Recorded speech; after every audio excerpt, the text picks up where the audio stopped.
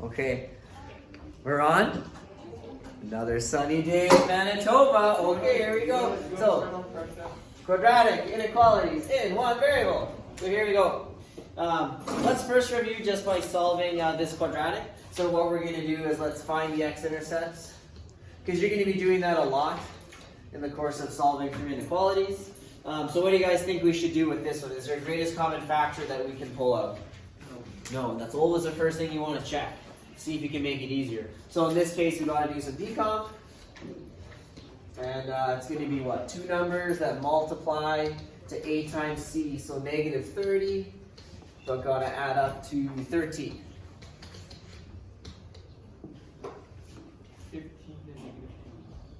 15 and negative 2 would work. Would 10 and 3 work? No, it wouldn't. So 15 and negative 2. Yeah, because that will give you the negative 30, but it'll add to 13. Okay, so decompose. So rewrite that. So we're going to write 5x squared. Try to write the term that has something in common with 5 first. So I'm not going to write the 2 because 15 and 5 have a greatest common factor. So we'll write that and then subtract 2x, subtract 6. And it'll always work out nicely if you do it that way. Double check. These add up to 13x, yeah? Yes or no? Yeah. Excellent, good. Now, I like to jump straight to my answer. So we'll just make our brackets like this. Set it equal to 0. And we're looking for the greatest common factor between just the first two terms. Do you guys agree with 5x?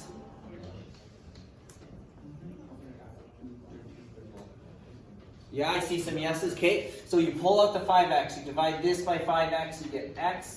15x divided by 5x is just 3. Now we're trying to get x plus 3 from the next two factors. So I can already see I'm going to have to pull out the negative, and then the greatest common factor is 2. So negative 2. And then double check. Negative 2x divided by negative 2 is x. Negative 6 divided by negative 2 is positive 3. You got it. Now we're finding the x-intercepts. So use your zero product property. So set each bracket equal to 0. Do a little line there. And solve for your x-intercepts. So negative 3. And move that over there. And you get 2/5. Okay, so that's going to be a step you're always going to have to do when you're solving quadratic inequalities. And we'll talk about what they look like in a moment. These are going to be called our critical points when we're talking about quadratic inequalities. And you'll see why in a second. Well, in a few minutes probably. Do we have any questions about that? All right, you guys are so smart. So, really quick, what do they look like? Quadratic inequalities. Well, we got our general form, ax squared plus bx plus c, and they can be anything. They can be less than, greater than 0, or less than or equal to, greater than or equal to 0. So for today, we're setting them equal to 0. Tomorrow, when we do the next lesson, we're gonna have a y in here instead, and that's gonna make things a bit more complicated for us because we like doing that. We're all comfortable with the notation? No questions? Excellent. So we're just gonna look at a few examples here before we actually go solving. So I sort of want to do a bit of review of just making sure everybody can graph that parabola, just based on our last checkpoint. So why don't we quickly, they got the graph there for us, but let's really quick, what do we need to graph the parabola? X-intercepts, Y-intercepts. Yes, very good. So we need x-intercepts, aka those critical points. We need our y-intercept, and then we also need our vertex. If you have those three things, you can graph a parabola. Couple other things. If you look, if it's in this format, the a term tells us if it's opening up or down. So if it's a equal 1, or if a is positive, I should say, it's going to be opening up. If a is negative, it's going to be opening down. And that's just a nice thing to have in the back of your head. So let's find the x-intercepts. All right, in this case, you set this equal to 0, and you can solve this one real quick, because a is equal to 1, and you can see the x-intercepts. But do we agree with, got to multiply to that, add to that? So negative, what is it going to be? Negative 3 and k plus 1. Wait, yeah. Negative 3 plus 1. Yeah. I don't know why everybody was so confused. Negative 3, positive 1, right? Multiplies to negative 3, adds to negative 2. When you actually solve for your x-intercepts, you set them equal to 0, you're going to get 3 and negative 1. Right? And we can see it right here on the graph. There's our x-intercepts. Okay, now your vertex. If it's in this format, your vertex is going to be always where? In between what 2 points? The two X's. The x-intercepts. So as long as you have x-intercepts, which you generally will, you can just add them up, divide by 2, and that's going to give you the x value of the vertex, right? So I just like to write x vertex, right? Add those up, divide by 2, and you get 1. How do you get the y value of the vertex now? Yeah, very good. We got the generating equation, right? We have y equals. Pop it in there, figure out the y value of the vertex. So what do you guys think? Plug it in, you get 1. Subtract 2, so you get negative 1. Subtract 3, you get negative 4. Okay, so 1 for x, negative 4 for y. And then you know what's opening up. You can see you got your sketch. Okay? Good. Now, we were talking about inequalities. So the graph intersects the x-axis at those 2 points that we talked about. The solution of the quadratic equation for this one is the values of x for which y equals 0 on the graph. Okay? So in other words, those are those critical points. So let's see, blank page. This is still the same one. Still the same graph. The only difference is now I'm showing you the inequality. So if we set it greater than 0, okay, it's telling us, hey, the solution for this inequality is either x is less than negative 1 or x is greater than 3. X is an element of the reals. So let's test a point. Let's test. I was going to say let's test one that lands in our solution. So something that makes it true. So what would be a possibility?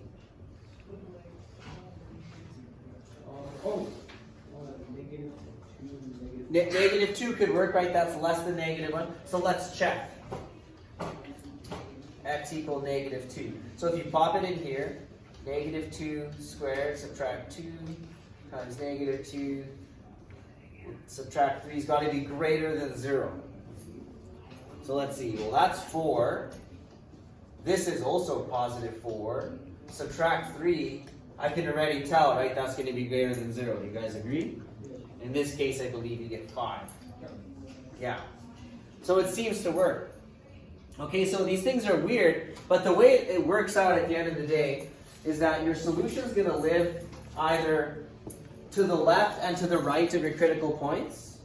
Okay, and notice the word or in the solution. So this is actually how you would state your solution to a problem like this. Okay, so it's either to the left or to the right of your critical points, or it's in between your critical points. Okay, and the sign that you'll use, there's no equal sign here, so there'll be no equal sign here. Here's the only other thing that could happen. So they're saying, hey, the solution is in here. So now they change the inequality, and now it's this one. So still the same graph, just less than 0 instead of greater than 0. And now the solutions lie in between our critical points. Okay, so maybe just highlight this. This is how you write the solution in that case.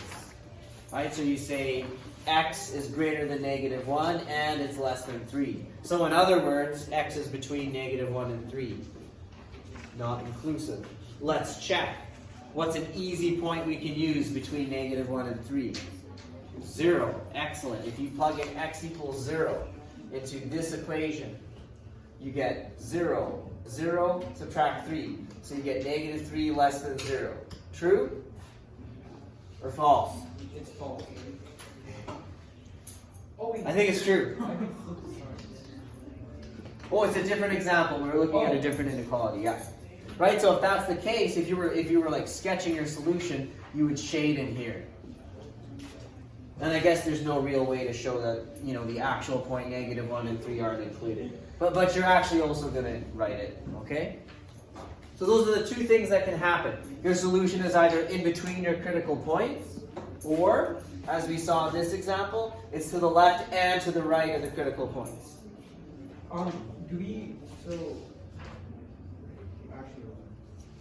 All right, good. I appreciate the chatter. It's good. Asking questions is amazing. So how does our strategy change? Let's see, there's one more page that kind of summarizes it for us. Okay, so the x-intercepts of the graph of a quadratic function are called the critical values. We mentioned that. Okay, they can be used to illustrate the solution. So we just chose, hey, this is how we're going to write our solution. We're going to use the x-intercepts because they're really convenient. Okay, I'm showing you a number line for the last example. So there's that last quadratic. Okay, and if you were to do it on a number line, the open circles mean that those points aren't actually included, right? -1 and 3. And any real number between -1 and 3 is a solution to that inequality. Okay? So the only way our strategy changes, like compared to like when we were doing linear inequalities, the strategy is still basically the same. Right? So it'll still be like, draw graph or whatever. And then choose test point. So it's going to write TP for test point.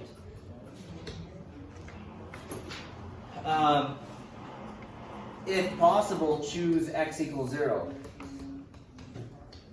Okay, as long as that isn't a critical value or something like that, you can choose x equals 0. And there's two possibilities for your solution. Two possibilities. So let's just use an example. Ex. Critical points are -1 and 3. So I'm just using the last example. So if your critical points are -1 and 3, your solution, I'll use a number line to illustrate.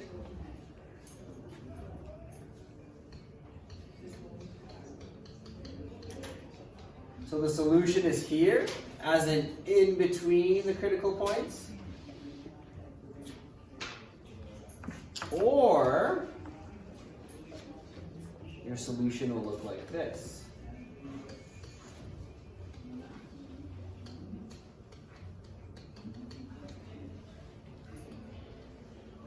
Does that sort of make sense? Like as far as like what I mean? So those are the two possibilities. Your solution is in between your critical points. How do you know? Pick a test point. If you pick 0, if you get true, you're shading in here and you're stating your solution like that. If you get false, that means that it's this situation, that it's this way and that way. Okay? The notation for writing your solution. You guys have seen it before, but it gets used a lot in grade 12. So if this is your solution, you would write .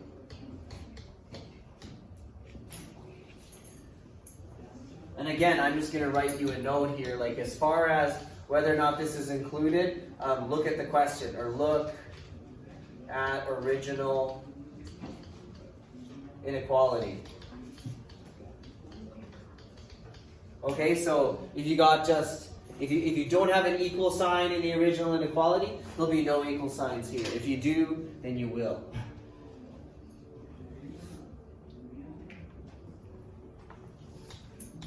Right. So if you get in between, that's how you write it. If you get to the left and to the right, you just simply say x is less than -1 or x is greater than 3, and then you always say x element of the reals. And I was lazy here, I should have said x element of the reals up there as well.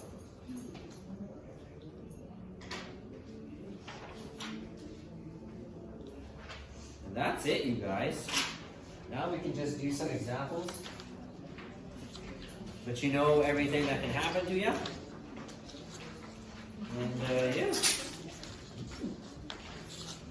So let's see here. I do believe, I do declare, there it is. Give me a moment just to read it while I try to flip the pages. Here we go. I don't even think I need this. I'm going to just set this down. Okay. I don't really do the interval method, so I just use test points. By the way, it says using intervals. I don't bother. I think test points, everybody seems to get test points. So solve this quadratic inequality. All right, so they gave it to us like that. Represent the solution on a number line. We'll do both. And we'll do both notations. So we'll do number line, set notation, interval notation. We'll do it all. Okay, so what's our first step? What do we need to find? X-intercepts, yeah, also called the critical points. Very good. So, find we need to know those points so that we can pick our test point. And notice how we're not even graphing it, right? So find the critical points. So set equal to 0, so move this over here. So we're going to go 2x squared minus 7x, add 3 to both sides, and be careful because it's an inequality, right? So if you were multiplying or dividing by a negative number, you'd have to flip the sign. But this is good, yeah? Which is greater than 0. All right, and now is there a greatest common factor we can pull out or anything like that? Nope. So then you just got to do decomp. Right, I know it's decomp because this is not positive 1. So looking for 2 numbers that multiply to a times c, so 6, but have to add up to negative 7. So yeah, it's going to be negative 6 times negative 1. Do you guys agree? It's the only way I'm going to get positive 6, but add to negative 7. So now decompose. I'm going to write the negative 6 first because it's got something in common with the 2. I'll go negative 1x plus 3. I always double check so I don't need to do the question again. Does that add up to negative 7? Yes, it does. So now, first 2. I'm going to write my brackets. So I can pull out at 2x. When I pull out 2x, I divide 2x squared by 2x, I get x. Negative 6, x divided by 2x gives me what? Positive 3? Everybody agree? Okay. And then you're trying to get this when you pull out the next greatest common factor here. So it needs to be negative 1, so I get positive here. Oh, do we have a mistake? Yeah. What's our mistake? It's minus 3. It's x negative 3. Right here? No. The last one. Oh, I made a mistake here. Okay, very good, thanks. Yes, yes, yes. So actually, I totally did that just to demonstrate how decomposition generally, as long as you're checking, fixes itself. Right, so negative 6x divided by 2x is negative 3. I totally made that mistake, Brad. Yeah, but if you double check this, so if you double check this works, that works, you double check that this adds to that, and then you're just paying attention, you'll catch every mistake. Like there's no need to do a question 3 times. Like some of you guys are obsessed that if you don't have enough time to check your test 3 times, you didn't have enough time. Like many times you'll get to do a question once. That's all the time you'll have. So my strategy in high school and university was like, I need to find ways to check it as I go. Because I will very unlikely, I won't have time to come back. You might have time to check a couple questions. Okay? So that's why I have all these techniques and I'm like, we'll check it as you go. That is the best time to check it. Because your brain's already in the question, the information's in your head. When you move on to a new question, when you come back to this one, you gotta read it again, you gotta be like, oh yeah, and it takes you way more time. Okay? Sorry for the aside. Bryce, did you time that? No. Oh, okay. You're not feeling well today? Yeah, I'm tired. Oh, that's too bad. Me too. Everybody's sick, man. January sickness. Okay, let's wrap up. So I gotta pull out a negative 1. And then that'll give me x subtract 3. Do we agree? Yes or no? Good. Okay, zero product property. I know it's greater than 0, but you're still just finding your critical points here. So you still do this. Okay, so you get x equal 3, and you get x equal 1/2. Okay, now, maybe if you don't have the graph, writing it on a number line might help you like visualize like where you need to pick your test point. Okay, so I do actually recommend the number line. It doesn't need to be very detailed either. So 1/2 would be over here. Doesn't matter, like here's 1/2. There doesn't need to be any scale. There's that. So your solution is either inside here, or it's going to be that way and that way. So let's pick a test point. Can we choose x equals 0? Yeah. And the reason why the picture helps is because you can be like, well, there's 0. Right? So I'm not actually choosing an x-intercept. Because you can't do that. Where are we plugging in x equals 0 to? Wait, where? It shouldn't be on the left side of one. Yeah, that's not negative. Oh, my bad. But yeah, that's why you want to draw the picture so we don't make a mistake. Yeah, there's 0. So this is fine. If I choose this test point, which I do like to choose, that means that if I get true, the answer is from this way, from a half going to the left, so x less than a half, and that way. So I can write it out here. So it's either going to be that, or if it's in here, I'll just put a star because I'm in another room. If it's in there, the solution would look like this. It would be like that. So x is greater than a half, but also less than 3. Right? Literally, x is in between those two numbers. It's going to be a long day. Did you actually change your Twitter handle? My Twitter handle is @Mateo, yes. You said Mateo Dummer. Oh, someone erased the part of the 0. Yeah, we'll have to fix that. Okay, let's plug back into the original. So there it is. So what do we get? 0, 0. So true or false? Is 0 greater than a negative number? Yes. So true. Which means what? If it's true, that means that my solution indeed will be this way and that way. I always forget which one's which. Interval notation is this one. Or sorry, set notation is this one. So solution is x.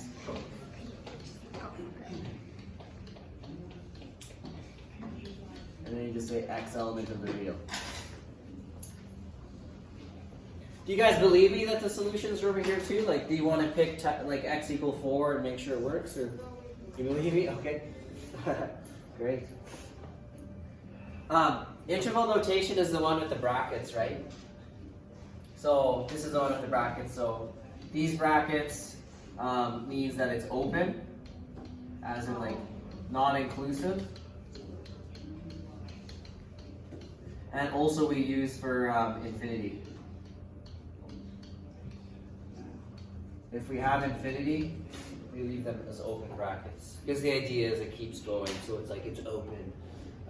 Otherwise, if you use the square ones, that means inclusive.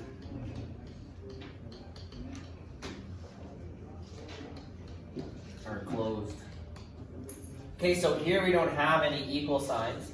So it's a bit more complicated to show it in interval notation because this means any number less than a half, as in a half all the way down to negative infinity. In interval notation, you have to write the infinities. And you always use the most negative number first. So, I don't want to say most negative, I just want to say maybe smallest number first. So what's smaller, negative infinity or half? Negative infinity. So you're going to go round bracket, negative infinity, comma, to a half. Now if it was included, I do a square bracket. It's not, so I do a round bracket. And then that's the symbol for union, which is or. Okay, so it says or, what's the other solution? From greater than 3, so 3 to infinity. So 3 smaller than infinity, so 3 comes first, comma, positive infinity. That's how you do this is interval notation. I always get the reverse. I could swear that, whatever. I'm going to trust my notes. I always forget. Any questions? You need to know both notations because the grade 12 pre-calc exam will sort of just use them interchangeably. They never force you to write it in a specific notation. Like as long as you use one or the other, you're fine. But sometimes in the question, they might use this notation. Honestly, most of the times, they seem to use this notation more frequently. But you still sort of need to know both. Or at least that's what they say. Questions? Yes, sir. Miss. Do you know if it's inclusive or not? You got to look for the equal sign. So if there's no equal sign in the original, then it won't be inclusive for anything. Otherwise, it will be. Yeah, and I think we see more of that tomorrow. I don't know if I have any examples. It's just, you just use the inclusive. Yeah, I do believe. Okay, there's a try it yourself. Let me see how many more examples we have. We have time. I know I have at least one more after this. Well, we got 2 more after this. So I'll just give you the solution to the try it yourself, because it'll be very similar to the one we just did. If you want to try it at home, these are great to do as soon as possible after your math notes. Like to try it. So like, you know those last 10 minutes where you guys sit there? Well, some of you don't use the timeout. It'd be great to go back and do these. And then try the first couple in your exercises. But you know, what do I know about studying? Absolutely not. Nothing, I know. You kids at a third of my age know more than me, of course. Okay, boomer.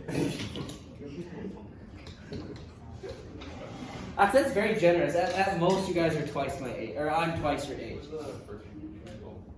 Oh, sorry.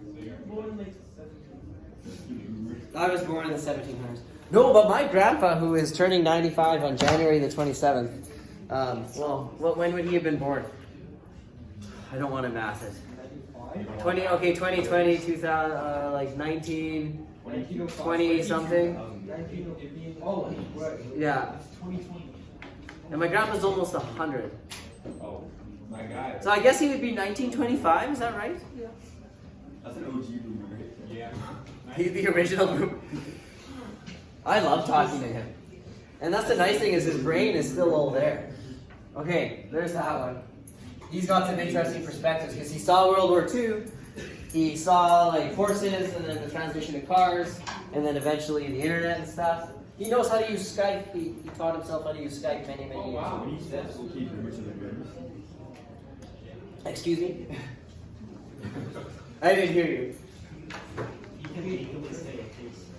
He can, yeah. Guys, the boomers are like, your parents are boomers, I think. No? You're a boomer.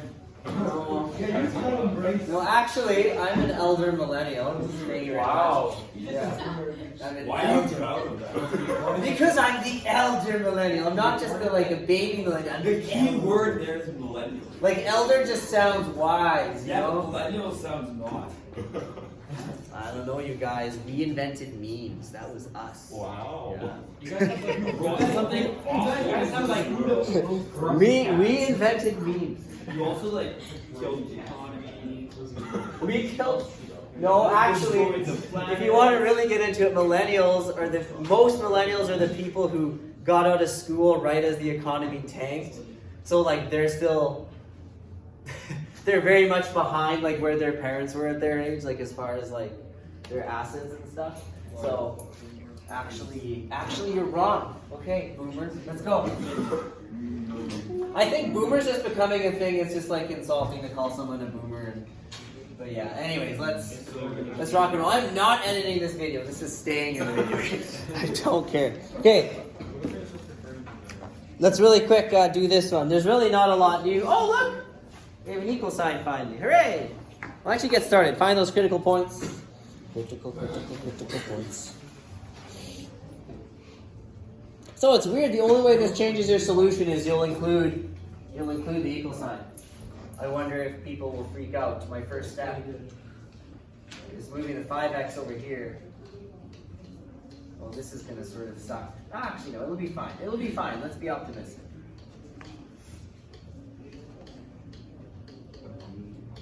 So there it is. You know, group or like, or whatever, write it in the format we're used to with the squared term first.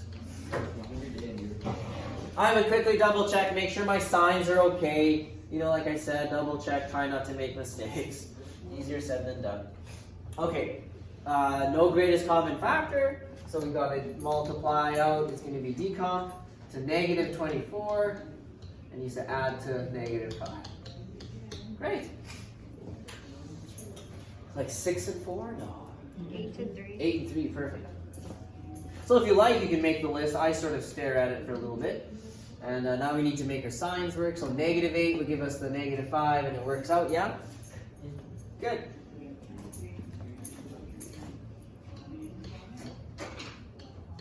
write the negative 8 first if you want it to be slightly easier.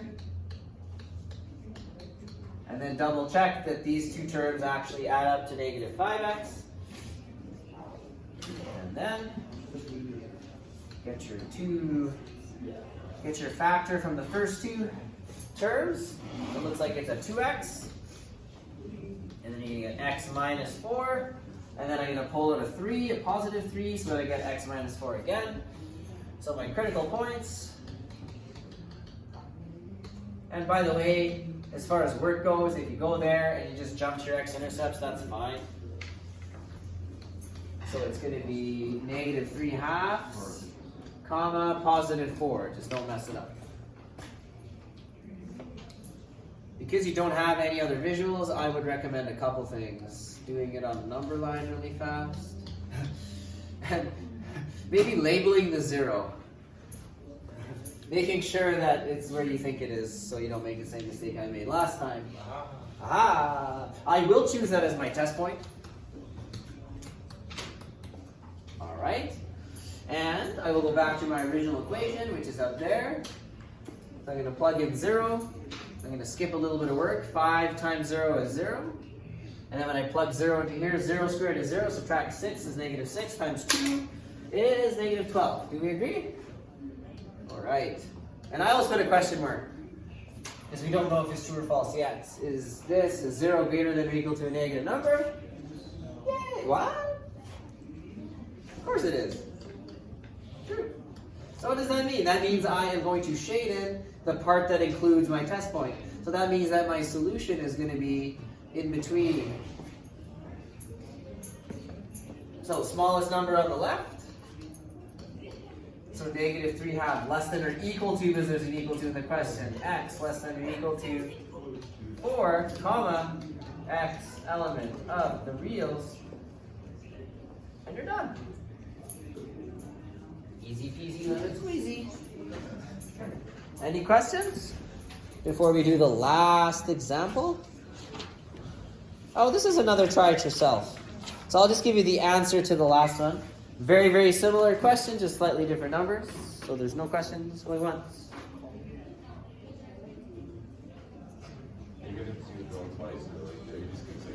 Okay, Boomer. You can't say that. You guys like you. But that's not. But a boomer is not.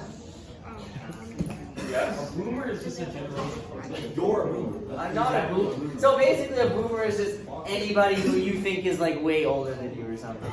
No, just you. Just me. Well, I'm honored. Like when you Google such boomer, like what do you think? I'd be honored if I could be the face of the boomers. The boomers have never looked so good. What is the actual like? What is the actual like time? Anyone before 2000 is just a boomer. Oh, so some of my former students are boomers then. Yeah. I mean, you've been teaching. 2 years? What? 2 years? What? 2 years? Well, I guess not. Well, no, because when they were born, I've been teaching. This is my 10th year. What's the range? Oh, so 1955. Yeah, and there's no real consensus. Like, I think some places say it's like after World War II. It's after World War II. Oh, that the age. Oh, I thought you meant so. Do we have like a time frame though? It's 1945 to 1966. Oh, Yeah, it's like 45 to 65. So that might be borderline. Like maybe some of your parents, maybe like my parents would fit in there. my grandma. And I'm like 50 years older than you guys. 14. How old are you guys? Oh, stop the video. It's over. I'll edit that part out.